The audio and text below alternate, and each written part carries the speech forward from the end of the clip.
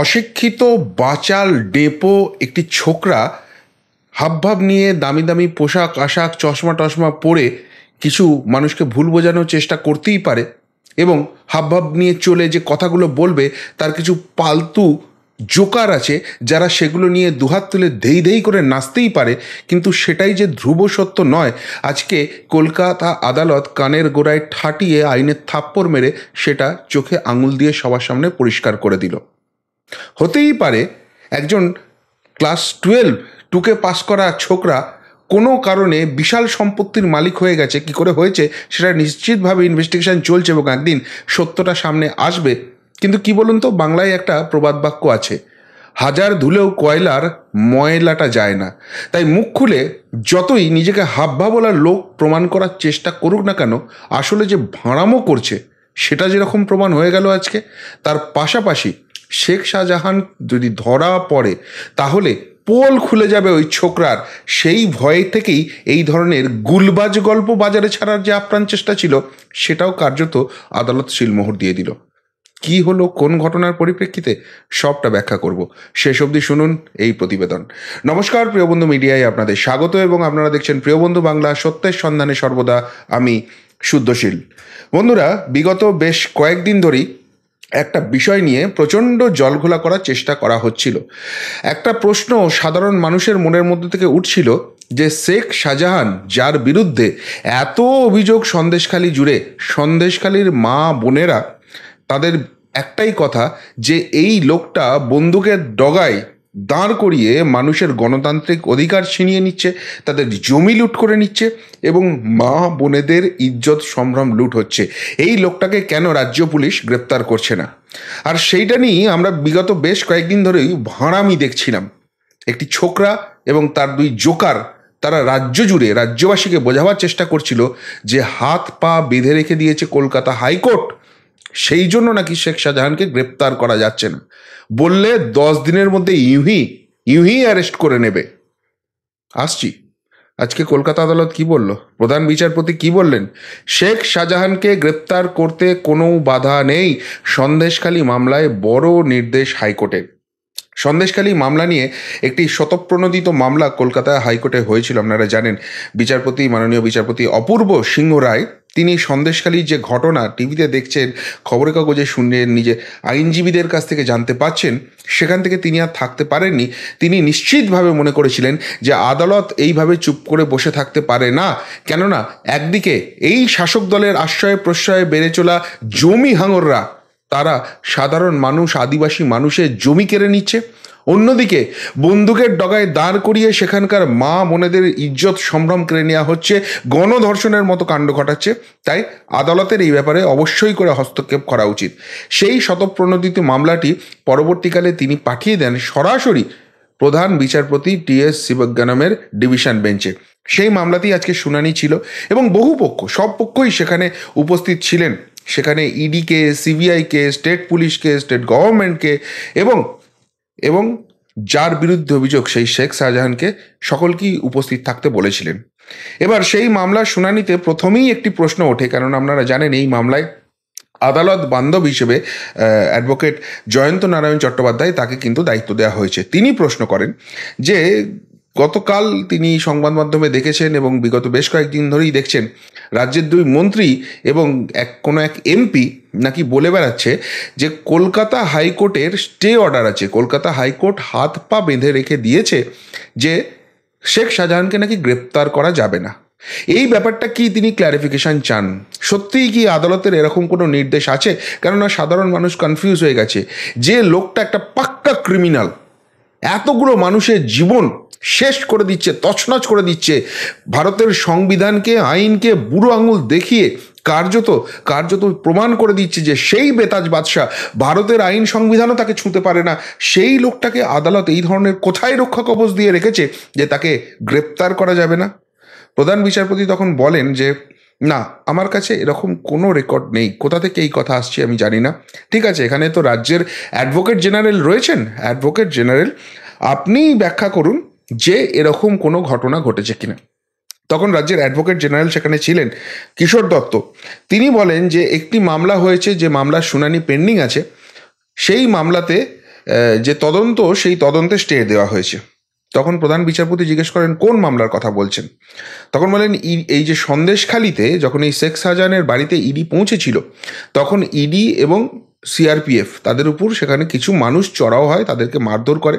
তার পরিপ্রেক্ষিতে ইডি একটি মামলা করে যে এই মামলায় শেখ শাহজাহানকে গ্রেপ্তার করতে হবে বা এই মামলাকে সিবিআইকে দায়িত্ব দিতে হবে। তখন মাননীয় জয় সেনগুপ্তর সিঙ্গেল বেঞ্চ একটা অর্ডার দেয় যে একটা এসআইটি গঠন করা হোক, যেখানে রাজ্য পুলিশ থাকবে এবং সেখানে সিবিআই থাকবে, তাদের জয়েন্ট একটা এসআইটি হবে। তারা এই শেখ শাহজাহানের ব্যাপারটা ইনভেস্টিগেট করে দেখবে এবং দরকার পড়লে গ্রেপ্তারি থেকে আরম্ভ করে যে করার স্টেপ তারা নেবে। সেই মামলাটায় ইডি আবার ডিভিশন বেঞ্চে চলে গেছে যে এই এসআইটি গঠন করা হবে না, সেই মামলার কথাই বলা হচ্ছে। তখন প্রধান বিচারপতি বলেন যে এই মামলাটা তো হচ্ছে যে এসআইটি গঠন করা হবে না হবে না, সেইটার উপর স্টে আছে, কিন্তু কোথায় সেখানে বলা হয়েছে যে এই মামলাটা যাকে নিয়ে সেই শেখ শাহজাহান, সেই শেখ শাহজাহানকে গ্রেপ্তার করা যাবে না, এই কথা কোথায় বলা হয়েছে? আপনি কিছু দেখাতে পারবেন? কিশোর দত্ত তখন কোনো কথা কিন্তু বলতে পারেন না।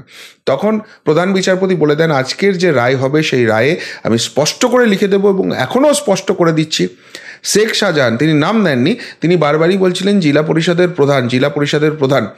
লাস্টে এক আইনজীবী তাকে ক্ল্যারিফাই করে দেন যে দেখুন, যে এটা এই শেখ শাহজাহান যে জায়গাটায় রয়েছেন তিনি হচ্ছেন জেলা পরিষদ, এই জেলা পরিষদের সভাধিপতি হয়, প্রধান হয় না। তখন বলে না না, আমি ওই প্রসঙ্গে যাচ্ছি না, যে পোস্ট যে ডেজিগনেশন আমি ওই সংশ্লিষ্ট ব্যক্তি, কেননা তার আইনজীবী তো বারবার আদালতের কাছে আসছে, এসে বলছে যে জামিন দাও জামিন দাও জামিন দাও, এবং সেই জামিন রিজেক্ট হয়েছে, একটা জামিন রিজেক্ট হয়ে গেছে। প্রধান বিচারপতি বলেন যে আমি সেই ব্যক্তির কথা বলছি, সেই ব্যক্তি তার নাম ডেজিগনেশন যেটা হোক আপনারা বসিয়ে নেবেন, কিন্তু আমি সেই সংশ্লিষ্ট ব্যক্তির কথা বলছি।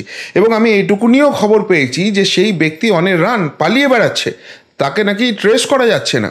সুতরাং কলকাতার বহুল প্রচারিত একটি বাংলা এবং একটি ইংরেজি দুটি দৈনিক সংবাদপত্রে বিজ্ঞাপন দেয়া হবে এবং সেই বিজ্ঞাপন দিয়ে এই ব্যক্তিকে পরিষ্কার করে বলতে হবে যে কোর্ট আপনার সঙ্গে কথা বলতে চায়, আপনি কোর্টে আসুন। সেই ব্যক্তিকে কিন্তু কোর্টে আসতে হবে এবং এই মামলায় পার্টি হতে হবে। এইটাতে আর কোনো রকম কোনো ছাড় দেওয়া হবে না। এরপরই আইনজীবী প্রিয়াঙ্কা টিবরেওয়ালকে বলেন যে আপনি এখানে একটা স্পেশাল কিছু মেনশন করতে চাইছেন, কি ব্যাপার, কোন ব্যাপারে বলতে চাইছেন? তখন প্রিয়াঙ্কা টিবরেওয়ালজি যে কথাটি বলেন সেটিও কিন্তু মারাত্মক অভিযোগ। বলা হয় যে এইখানে যে বিভিন্ন রকম কথা বলা হচ্ছে, পুলিশ সেখানে ক্যাম্প খুলে ফেলেছে এবং সেখানে গিয়ে যার যা অভিযোগ আছে সেইখানে দিতে হবে। এই যে প্রকাশ্যে সংবাদ মাধ্যমে এরা অভিযোগগুলো করছেন সেগুলোকে কোনো মান্যতা দেওয়া নেই। কিন্তু মুশকিল হচ্ছে যে এই যারা নির্যাতিতা সেখানে, তারা একটা অদ্ভুত অভিযোগ করছেন আমার কাছে ফোন করে, যে এই যে পুলিশ ক্যাম্প হচ্ছে সেখানে গিয়ে যদি আমরা লিখিত অভিযোগ করি তাহলে আমাদেরকে আইডেন্টিফাই করা হবে এবং এই অভিযোগ করার পর আমাদের উপর আরও অত্যাচার নেমে আসবে। সবথেকে বড় কথা, এই ব্যাপারে আগেও পুলিশের কাছে যাওয়া হয়েছিল, কিন্তু পুলিশ তো সেখানে কিছু করেইনি। নিশ্চিতভাবে আমাদের নাম পরিচয় বাইরে আসবে এবং আমাদের উপর চূড়ান্ত অত্যাচার করা হবে। সেই ভয়ে আমরা অনেকেই কেউ আর এই ধরনের কোনো অভিযোগ করতে পারছি না, কিন্তু এই যে অত্যাচারটা হয়েছে এটা সত্য। এবং প্রধান বিচারপতিও ব্যাপারটা অনুধাবন করেন এবং স্পষ্ট ভাষায় জানিয়ে দেন যে যারা নির্যাতিতা, যারা অভিযোগ করতে চান, এরকম পুলিশ ক্যাম্প করে কোনো রকম কোনো তাদের অভিযোগ হবে না। তাদের নাম পরিচয় গোপন রাখাটা অত্যন্ত জরুরি এবং অবশ্যই তাদের সুরক্ষার ব্যাপারটা রয়েছে, আদালত সেই ব্যাপারটা ভাবছে।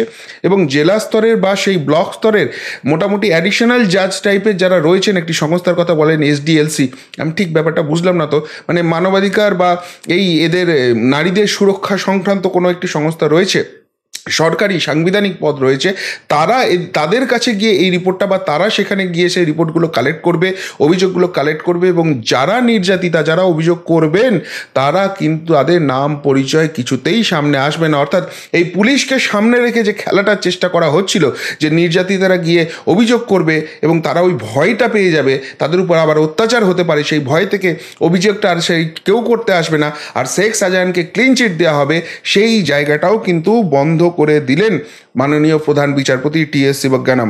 এবং শুধুমাত্র তাই নয়, এইসব প্রসঙ্গে তিনি অ্যাডভোকেট জেনারেল কিশোর দত্তকে কিন্তু আবারও প্রশ্ন করেন যে কী ব্যাপার, এখানে পুলিশের বিরুদ্ধে এত অভিযোগ আসছে। তখন বলছেন যে না, পুলিশের বিরুদ্ধে এরকম অভিযোগের কথা হচ্ছে, কিন্তু পুলিশ যেসব কাজ করেছে সেইগুলোও তো সামনে আসছে না। বলে আপনি সামনে না নিয়ে এলে কী করে আসবে, কী কাজ করেছে আপনার পুলিশ শুনি। তখন বলছেন যে গত 4 বছর ধরে এই সমস্ত বিভিন্ন রকম জায়গা থেকে অভিযোগ পাওয়ার ভিত্তিতে আমরা 43টা এফআইআর হয়েছে, এবং সেই 43টা এফআইআরের মধ্যে 42টা এফআইআরের চার্জশিট হয়ে গেছে, একটি এখনও তদন্ত চলছে, সেই জন্য তার চার্জশিট হয়নি। পুলিশ কত ভালো কাজ করছে বলুন। তখন প্রধান বিচারপতি বলেন হ্যাঁ, পুলিশ তো দুর্দান্ত কাজ করছে, দেখতেই পাচ্ছি। 4 বছর লেগে গেল আপনার এফআইআর থেকে চার্জশিট করতে। আর সব থেকে বড় কথা, আপনারা বলছেন তদন্ত হচ্ছে, চার্জশিট হচ্ছে। শুনুন, আপনাদের গভর্নমেন্টই বলেছিল এরপরে যে যখন এখানকার এদের ক্ষোভ চাপা রাখতে রাখতে বিস্ফোরণ হয়েছে, ক্যাম্প করে যে তোমাদের কার কার জমি লুট হয়েছে সেটা সেখানে রিপোর্ট করো, আমরা জমি ফেরত দেওয়ার ব্যবস্থা করব। এবং অলরেডি অন রেকর্ড গভর্নমেন্ট কিন্তু জমি ফেরত দিয়েছে, 9 জনকে জমি ফেরত দিয়েছে। এই ঘটনাই প্রমাণ করে যায় যে জমি দখল, আদিবাসীদের জমি দখলের মতো ঘটনা ঘটেছে। আর আপনার কি প্রমাণ দরকার আছে? নাও টাইম ফর কনভিকশন। আর কোনো তদন্তের দরকার নেই, এরা যে অপরাধী সেটা আপনাদের সরকারের অ্যাকশনই বলে দিচ্ছে। ওই আবার বললাম না, অশিক্ষিত একটা যে কোনো কাজ করতে গেলে বললাম সামান্য শিক্ষা দীক্ষার দরকার হয়, সেই জায়গাটা সরকারই প্রমাণ করে দিয়েছে যে এখানে জমি লুট হয়েছে। তাহলে কিসের ভিত্তিতে যাদের বিরুদ্ধে অভিযোগ হচ্ছে, যারা অভিযোগ করছে সেই সমস্ত কিছু বলছেন তদন্তের দরকার আছে? আর কি কোনো তদন্তের দরকার আছে? এখান থেকেই তো প্রমাণ হয়ে গেল। এবং তারপর তিনি বলেন যে একদিনে সব কিছু হওয়া সম্ভব নয়। আজকে যে জায়গাটা সব থেকে ইম্পর্টেন্ট, আমি 2টো জায়গা বলে দিচ্ছি। নাম্বার 1, শেখ শাহজাহান এই ব্যক্তি নাম করে বলেননি, কিন্তু তিনি একদম পরিষ্কার মেনশন করে দিয়েছেন যাকে নিয়ে এই মামলা, সেই হেডিংয়েই সেই নামটা রয়েছে। সেই ব্যক্তির নামে সংবাদপত্রে বিজ্ঞাপন দিতে হবে, 2টি সংবাদপত্রে বিজ্ঞাপন দিতে হবে, তাকে এখানে পার্টি হতে হবে। নাম্বার 2, তিনি বা তার অনুপ্রেরণায় ইডির উপর যে আক্রমণ হয়েছে তার জন্য যে এসআইটি গঠন করা হবে, সেখানে শুধু সিবিআই থাকবে, সিবিআই আর রাজ্য পুলিশ থাকবে। এই ব্যাপারে যে মামলা, সেই এসআইটি গঠন নিয়ে স্টে আছে। শেখ শাহজাহানকে গ্রেপ্তার করা নিয়ে কোনো রকম কোনো স্টে নেই। এবং ইডি হোক, সিবিআই হোক, রাজ্য পুলিশ হোক, যারই মনে হবে, যার কাছেই অভিযোগ আছে, যার কাছেই এফআইআর আছে, তারাই কিন্তু এই শেখ শাহজাহানকে গ্রেপ্তার করতে পারে। আদালত এই গ্রেপ্তারি নিয়ে কোনো রকম কোনো বাধা সৃষ্টি করলো না। এবং তিনি যেটা আরেকটা খুব গুরুত্বপূর্ণ কথা বলেন যে এই তদন্তে আমরা সকলকেই ইনভলভ করতে চাই এবং সার্বিকভাবে এখানকার মানুষকে জাস্টিস দিতে হবে, সেইটারই তো মামলা এটা। সুতরাং সেই জায়গা থেকে ইডি, সিবিআই, স্টেট পুলিশ, যতগুলো সংস্থা রয়েছে প্রত্যেকের যারা এই ইনভেস্টিগেশন করবেন বা এর সঙ্গে ইনভলভ হবেন, প্রত্যেক অফিসারের ডিটেলস আদালতের সঙ্গে জমা দিতে হবে। এবং তারপর আদালত বিচার করে দেখবে যে কে বা কারা বা জয়েন্ট একটা এসআইটি করে কিভাবে এর তদন্ত করা যেতে পারে, সেটা আদালত বিচার করে দেখবে। এবং সেই শুনানি 15ই মার্চ হবে।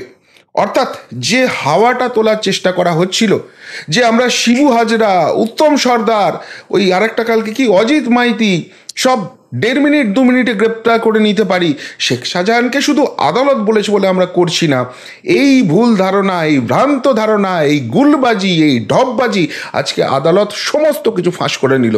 সুতরাং এইসব গুলবাজ হয় জেনে শুনে গুল মারছিল, আর না হলে এইটুকুনি শিক্ষাও পেটে নেই যে এসআইটি তৈরি করতে স্টে দেওয়া আছে, সেটাকে একজনের গ্রেপ্তারি করতে পারবে না এই স্টে বলছে। হয় শিক্ষার অভাব, এই দুটোর মানে বোঝে না, সেই কারণেই এইভাবে করতে চাইছিল। আর না হলে আদতে গুলবাজ, ঢপবাজ এই শেখ শাহজাহান ধরা পড়লে কারুর সারে সর্বনাশ হবে, সেই জন্যই তাকে তোয়ালে মুড়ে লুকিয়ে রাখতে হচ্ছে। জেনে শুনে মানুষকে ভুল বোঝানোর আপ্রাণ চেষ্টা করেছিল এবং আদালত আজকে সেই জায়গাটাও ক্ল্যারিফাই করে দিল। এবার দেখব সেই ঢপবাজ গুলবাজ কোন মুখে এসে কথা বলে, নতুন কি ঢপ মারার চেষ্টা করে। এবার এই কথাটার জবাব দিক আদালত কোথায় হাতটা বেঁধে রেখেছিল। ঢপবাজি করে, গুলবাজি করে একদিন এক আধটা লোককে বোকা বানিয়ে রাখা যায়, সব সময় সব মানুষকে বোকা বানানো এত সহজ নয়, বিশেষ করে যারা বাচাল ছোকরা হয় তাদের দ্বারা। কি বলবেন আজকে প্রধান বিচারপতি এবং আদালতের এই ক্ল্যারিফিকেশন নিয়ে? এবং শেখ শাহজাহানকে গ্রেপ্তারিতে কোনো বাধা নেই এইটা স্পষ্ট করে বলার জন্য যদি এই নিয়ে কিছু বলার থাকে অবশ্যই কমেন্ট বক্সে কমেন্ট করে জানাবেন। এখনকার মতো এখানেই শেষ করলাম, ফেরত আসছি নতুন প্রতিবেদন নিয়ে খুব তাড়াতাড়ি। ভালো থাকবেন, সাথে থাকবেন, পাশে থাকবেন। নমস্কার।